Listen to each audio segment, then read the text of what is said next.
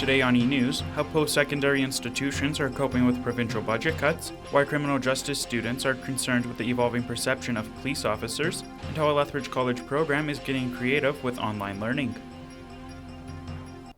Hello and welcome to eNEWS. I'm Carson Marsouk, and here is today's top story. Alberta Budget 2021 has delivered a budget cut to post-secondary education. All higher-level institutions in the province are feeling the pinch. Locally, both Lethbridge College and the University of Lethbridge will be forced to make big adjustments. Mario Cabradilla has more. Adequately resourcing healthcare is our number one priority in Budget 2020. Alberta Budget 2021, released February 25th, revealed a decrease of $350 million for the province's higher learning institutions. Is estimated to decrease by about $50 million more next year. Lethbridge College doesn't have exact figures yet, but says despite having to do without, it's finding ways to make sure the quality of academic programming doesn't suffer. It's always disappointing when you have to reduce your budget and when the operating grant that you get is less.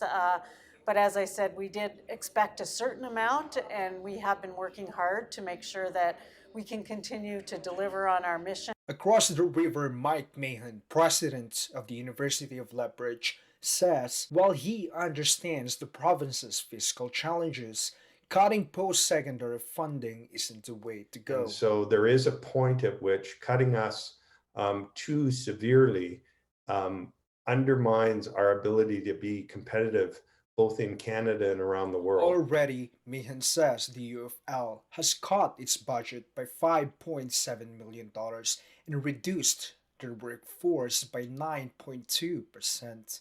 He's expecting to have to cut even deeper, but what that looks like isn't clear. But despite the budget cut, both institutions are working to maintain the same thing, delivering high-quality education. Mario Cabradilla, eNEWS. Budget 2021 injected $1.25 billion to the healthcare system in an effort to fight COVID-19.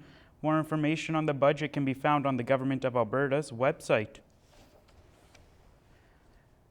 Lethbridge College has announced new information for the 2021 convocation. Nothing is set in stone, but the college says students will be on campus, they will cross the stage, and caps and gowns will be worn. 2020 grads missed out on an in-person convocation, but they may be able to get in on the call action this year. The college is exploring the idea of inviting those students back. The college is still unsure whether the convocation will take place in the gym or as a drive-through ceremony. The event will be live streamed, and friends and family will have to watch online to keep crowd numbers low. Lethbridge College says if the convocation takes place as a drive-through, it will be up to the students' discretion to social distance. We would actively discourage to try to get, a clown situation where we try to fit as many people as possible into a Volkswagen Beetle or something like that. We don't want that. The convocation format may still change and is fully dependent on what AHS restrictions are in place at the time. Some criminal justice students at Lethbridge College feel disheartened by how members of the public see police officers.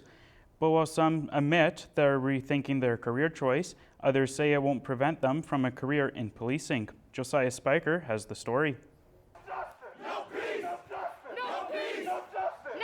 After a summer filled with demonstrations, protesting police actions, and calling for the reform and defunding of police, some criminal justice students feel discouraged by what they see online. CJ student Brennan Strasser has wanted to be a police officer since he was a kid. Strasser says online hate won't stop him from pursuing a career in policing, but it is discouraging to see how the public sometimes views the police. It sucks that people don't see police like how they should be, but at the end of the day, you're still doing what you want to do. You're still doing your job.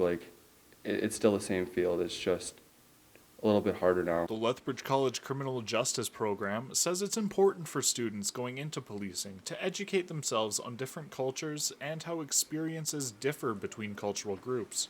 And having good intentions as a police officer is important, but sometimes actions speak louder than words. it's one thing to say, oh yes, I have the best of intentions and I'm going to be doing all these things, but really, are you spending time learning from other cultures is one of the really important things that you can do. Strasser says that no matter how you feel about police officers, people need to know they are there to help you and serve the community. So who do you call? You call the police. They're always going to be there for you no matter whether you hate them or not. So I think it's just kind of time to put aside all the hate. Strasser also says people need to realize that not all cops are bad people. But like any job, there will always be bad people who wear the uniform. Josiah Spiker, eNEWS. Adema says there needs to be more discussion between community leaders and police. And to have success, the police need to be hiring more people from within diverse cultural groups. A local manufacturer is offering 13 Lethbridge College students the opportunity to perform a practicum. The students will be chosen from 3 different programs and they'll do different things. Sylvia Adam is standing by with more. Sylvia? Thanks, Carson. Oh my goodness. A student from the interior design program knows the owner of Charmed Playhouses, and she asked him if she could do a practicum there. After a collective meeting, it was decided that more students should be given the opportunity to do a practicum there as well. I went down to Charmed Playhouses to find out more about the unique practicum placement. Some Lethbridge College students find themselves on the cutting edge of a practicum opportunity. Charmed Playhouses is a playground equipment supplier located in Lethbridge. The inspiration behind creating Charmed Playhouses was to give kids something enjoyable to play with. Charmed Playhouses CEO and founder Tyson Levitt says the practicum students have a fantastic experiential learning opportunity. It really just becomes an opportunity where we can select through those students who are there and start bringing them into our company to help make our company better. Interior design students work on sketch ideas and make floor plans. Architectural students make a model of the floor plans. Virtual reality students work on creating an augmented experience for potential clients. For the students and the company, it's a win-win. Charmed Playhouses sees this partnership as a way to grow and expand as a company.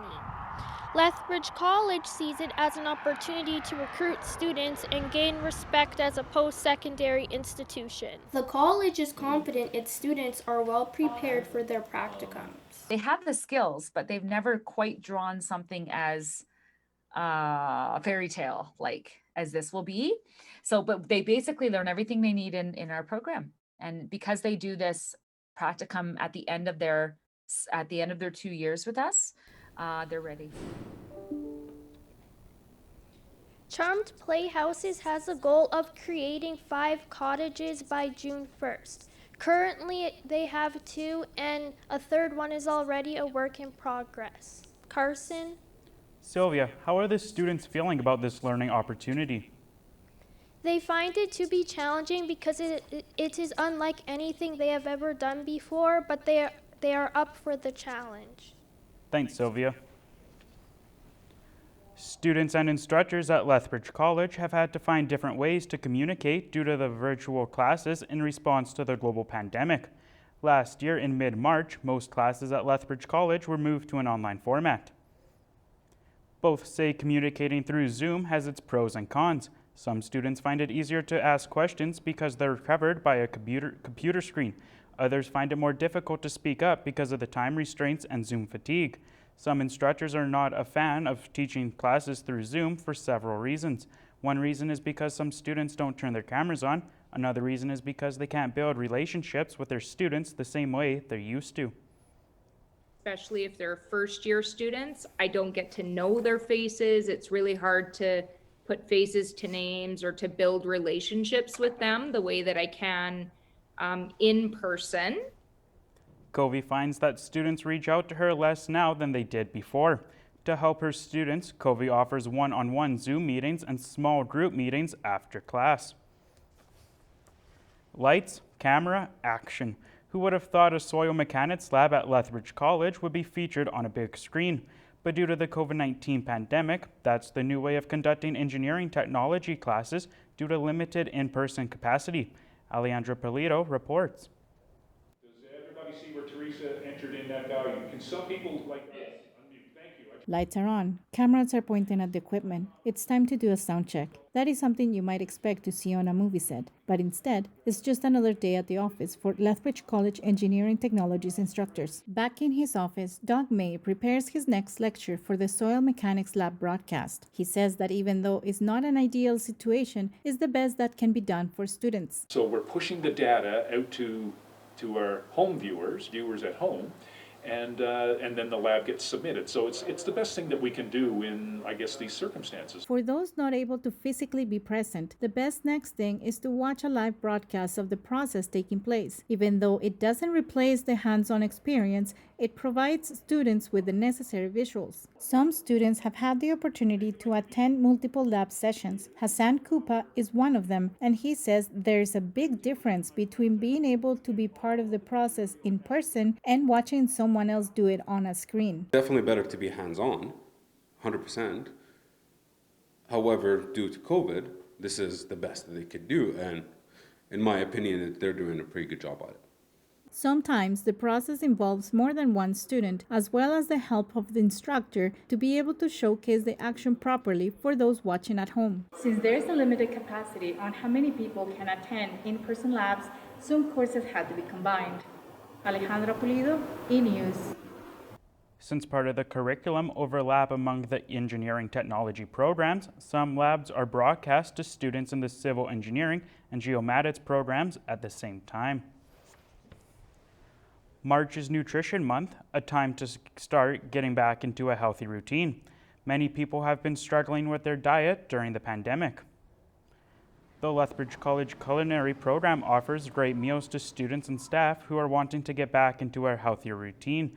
The college follows the Canada Food Guide in order for all students and staff to get a healthy and well-balanced meal.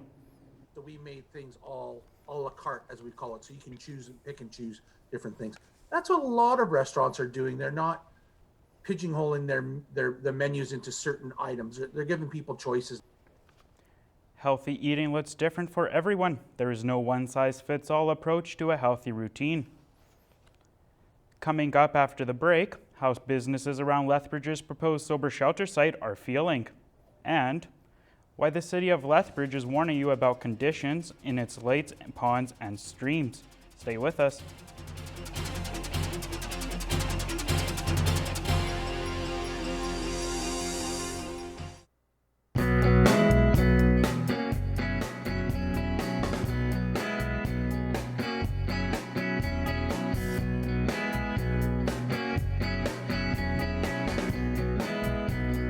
Welcome to Campus Horizons. I'm Jackson McGinn, and today we're joined by the Dean of the Center for Teaching, Learning, and Innovation, Jackie Doherty. Thanks, Jackie, for being here. How have you guys been operating during COVID, and have you made any drastic changes? Well, we've definitely made some changes, a lot of changes. Our center is, we are in a good position to support both students and faculty, so we really had to think about how we were going to deliver those supports. So transitioning everything online was obviously the only answer, and yeah, we were able to do it. So everything from our student learning services, accessibility services, to a lot of our instructional services are all offered online. Whether it's Canvas or Zoom or Teams, we've been able to connect with those communities in a lot of the same ways that we would have done before if we were in the face-to-face environment, but we've also extended some of those services to take on other opportunities as well. Great, thank you so much, Jackie. Have you seen an increase on students accessing the learning services or a decrease due to online changes? I actually think we've probably seen an increase in a lot of our services. So definitely with our programs like our embedded program. So we have an embedded librarian program where our librarians actually insert themselves into the courses to help students with their research questions. That program itself has just exploded. So we've gone from, I think it was 14 or 15 classes. I think we're upwards to about 60 classes that those individuals are in. Our embedded strategist programs is the same. We've also been able to offer a lot of our services, some of our asynchronous services, so create tools and different resources through our online platform. We've just come up with a new website, our Learning Innovation website. So I think that we've tried to do our best to create more access to more students wherever they are, and to try and make it as easy as possible for them to get those services. Thank you, Jackie. That's all the time we have on Campus Horizons. We'll see you next time. The Lethbridge Food Bank works hard to help the Lethbridge community, and so can you. As an important part of the community, the Lethbridge Food Bank ensures a food security resource for those in need. The Lethbridge Food Bank is a nonprofit organization and depends on people like you to donate and volunteer. By donating any number of food items, you are helping your community. Cash donations are also very helpful and can be made through lethbridgefoodbank.ca. Donate or volunteer today and help make a difference by feeding the need. People all over Canada get dogs when they aren't ready for them. As a result, lots of dogs get surrendered to local organizations that work to rehome these fur babies. Dogs deserve their forever home, and that's where we come in. At Windy City Canine Rescue, our dogs go into our care until we find their perfect home. We're always looking for volunteers and foster families who love dogs. If you're interested in volunteering, contact us today at windycityrescue.com. Hi everyone, I'm Jessica Smith here with your 5-day weather forecast provided by Environment Canada. Starting off on Monday, it looks like we're going to have a bit of snow with a high of 8 and a low of -3. Moving on to Tuesday, it looks like it's going to be a mix of sun and cloud with a high of 5 and a low of -4. Moving on to Wednesday, another mix of sun and cloud with a high of 8 and a low of -4. Thursday with a high of 12 and a low of 1 with a mix of sun and cloud. Friday the exact same with a high of 12 and a low of 1 with a mix of sun and cloud. That's it for your 5-day weather forecast. I hope to see you next week. Thanks, Jess. Time now for our weekly hashtag segment. This week, Hannah Barnsley takes a look at what's trending in entertainment.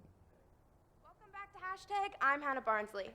First up, hashtag The Longest Ride on Amazon Prime Video, which stars Scott Eastwood and Britt Robertson. This movie is based off the best-selling novel by Nicholas Sparks. The Longest Ride centers around Luke, a former champion bull rider looking to make a comeback, and Sophia, an art major in college. As their relationship is put to the ultimate test, the wisdom of an aging man inspires the young couple. The Longest Ride explores the challenges and rewards of enduring love. Next up, hashtag Lucifer on Netflix. This series stars Lauren German and Tom Ellis as Lucifer himself. Bored and unhappy Lucifer Morningstar has abandoned his throne and retired to Los Angeles. While there, he helps humanity and the LAPD through his telepathic abilities to bring out people's deepest desires. After being dropped by Fox due to low ratings, Netflix picked up the series and was renewed for another 3 seasons, making season 6 the show's last hurrah. That's all for this week's hashtag. See you next time. Thanks, Hannah. At this time of year, many lakes, ponds, and streams turn from ice to water, creating potentially hazardous situations. Jackson McGinn has more on the current ice conditions. Lethbridge residents are reminded to only embark on ice surfaces when it's safe to do so. In Lethbridge, there are many areas where the public has access to many lakes where they can walk or skate, including Legacy Pond, Nicholas Sharon Lake, and Chinook Lake. The city says people should always ask about ice conditions before venturing out. Jeremy Wixon, Lethbridge County Director of Public Operations, says that people need to be cautious around melting ice. Your safest options if people are looking at skating or something like that is ice rinks, whether they be outdoor or indoor. In Lethbridge, we have Chinook winds that bring warmer temperatures that can quickly affect the melting rate for ice along the shore and near bridges leading to open water. Signs that read "Caution Public Notice" and "Ice Unsafe" are posted around lakes and ponds around the city between fall and spring. Dave Ellis, manager of Parks and Rec, says the city is always looking after the public's safety. We have a program where we go out once a week and we actually drill holes in the ice and check for thickness. And we'll do that in the designated areas for skating. The city of Lethbridge Fire and emergency services also reminds residents to keep their pets on a leash when walking near ice-covered water. Pets are not aware of hidden dangers of falling through the ice. Jackson McGinn, eNEWS. More information on ice regulations can be found in the city's parks bylaw or on the City of Lethbridge webpage. The proposed site for a sober shelter in Lethbridge has some surrounding businesses talking. The Mustard Seed is looking to set up the shelter in the old Western 1 building along 13th Street South. Carson Marsouk has more. Some Lethbridge business owners are setting aside their concerns and welcoming the Mustard Seed's proposed sober shelter site. If all goes according to plan, it will be located in the old Western 1 building along 13th Street South. Owner of Custom Indoor Grow, Duncan Vincent, says he is concerned with the proximity to his business, but doesn't think it will cause too much of a disturbance. I have concerns with it being 100 feet from my front door, but beyond that, I think it's probably a really good location. The Mustard Seed says the Alberta government wanted it to open a temporary site in November, but Mustard Seed was unable to secure a location with the city. The shelter currently in Lethbridge has some of the highest utilization numbers in the province. We've been very anxious to open something up. The conditions for people currently is not very good. There's COVID outbreaks. People do not have enough space during this pandemic. And even the pandemic aside, it's overcrowded. According to Mustard Seed's website, the shelter will hold at least 45 individuals each night, provide 3 meals each day, and will have 24-hour on-site services, security, and support. Theoretically Brewing, located next door to Vincent, says it too has some concerns, but is looking forward to working with the Mustard Seed. My only concern with it is the size of the building for what they want to do, but if planning says that it's an appropriate size, that's fine. No, I think that for our area, for Lethbridge, it's right beside the 13th Street underpass where a lot of people walk through. If Lethbridge City Council approves rezoning of the property, the Mustard Seed can proceed with the purchase. A public hearing for the proposed shelter site has been postponed to March 23rd. Mustard Seed says it encourages businesses and citizens to reach out if they have any questions.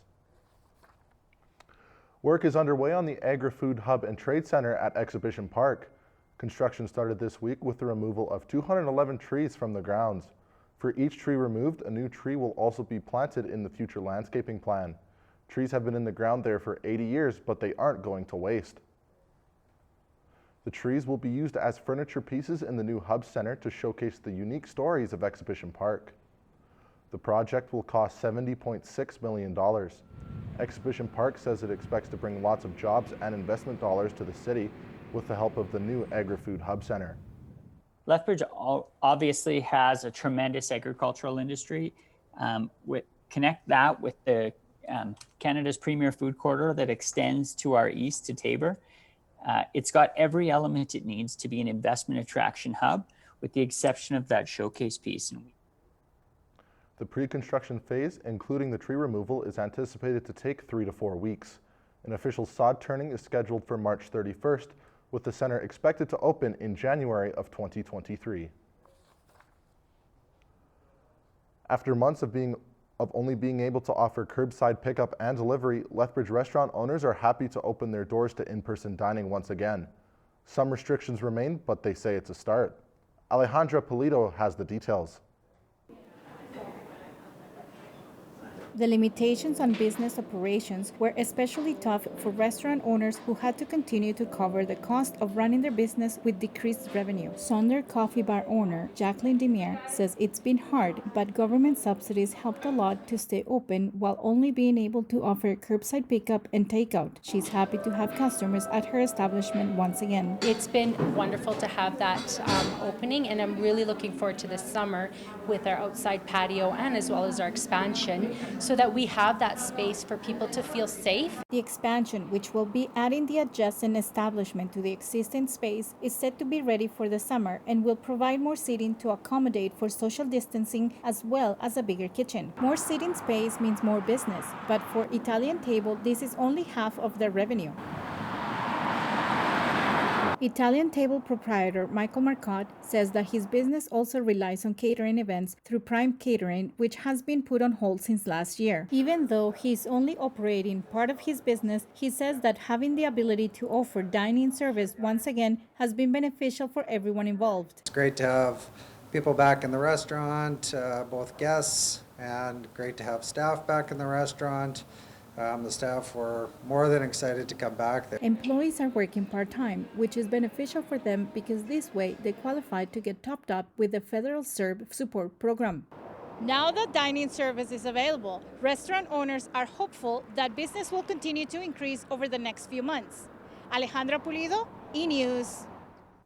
Restaurants are still required to allow a maximum of 6 people per table from the same household, or people living alone may dine with 2 close contacts. Alberta gyms and fitness facilities have been able to reopen for more than just personal training. It's part of Stage 2 of the Alberta government's plan to open the economy with new COVID-19 cases and hospitalizations on the decline. I had the opportunity to learn more about what this means for gym operators and fitness enthusiasts. It's a weight off the shoulders of the Alberta government. The Kenny UCP are opening the economy in slow, planned phases. Last week, a modified version of the province's Stage 2 plan was put in place that allowed fitness centers to reopen to light-intensity workouts. Many frequent gym goers have been stuck doing at-home workouts and are excited to get back in the gym. Eli Mason is a fitness enthusiast who started his own YouTube channel last month in order to encourage more people to take up fitness. He says he feels safe going to work out. Gyms are already pretty safe. They're very clean, believe it or not. Everyone cleans their equipment afterwards. They were one of the lowest transmission places anywhere, so they're a lot safer than like the mall. The fitness center at Lethbridge College has also reopened for staff and students. However, no cardio equipment is available for use. Staff say all gym goers must sign waivers and sign up for a workout time slot, and other restrictions remain. The limit that we currently have in there is 15 people. The current AHS restrictions ask that we have a minimum of 3 meters between each person. Full enrollment of the province's Stage 2 plan was put into place on Monday. Child, youth, and adult conditioning can take place with 10 people, including trainers. Growing up, Mason was not in the best physical shape. In high school, he got into weightlifting and a more healthy lifestyle. He says those new to the gym should not be intimidated, even with the COVID restrictions that remain. First of all, don't be scared of people judging you. Everybody at the gym is there to work their hardest, and they have their own goals, and nobody's going to laugh at you or look at you funny. And in fact, when people see people who don't work out at the gym, it makes people really happy because it's very inspiring to see people working hard. Any students or staff who would like to work out at the Lethbridge College Fitness Center must fill out online COVID-19 waivers and book a workout time online. And with warmer temperatures in southern Alberta, tarps are being pulled off of greens and tee boxes with the local golf season right around the corner. Henderson Lake Golf Club has announced it'll open for the 2021 season on Friday, March 12th. Other courses in the area are also starting to ramp up for the season. Picture Butte Golf Club was pulling tarps off greens earlier this week. Henderson Lake head professional Cam Waldbauer says he expects the surge in golf's popularity due to the pandemic to remain. 2020 was obviously great for the golf business, and it was, it was a big demand to do one of those things safely outdoors, right? And I think this year we're going to, we might even see a bigger spike, especially in the first few months here, and especially with the nice weather early on, right? Those interested in learning more about Henderson Lake's opening can visit the course's website. And before we go today, it's time for our weekly Top 5 segment. This week, Nicole Letkeman shares her top 5 episodes of the hit TV series Gilmore Girls. Nicole? Hello everyone, my name is Nicole Letkeman, and thanks for tuning in to our weekly Top 5 show. Today I'm going to be sharing my top 5 Gilmore Girls episodes. Let's get started.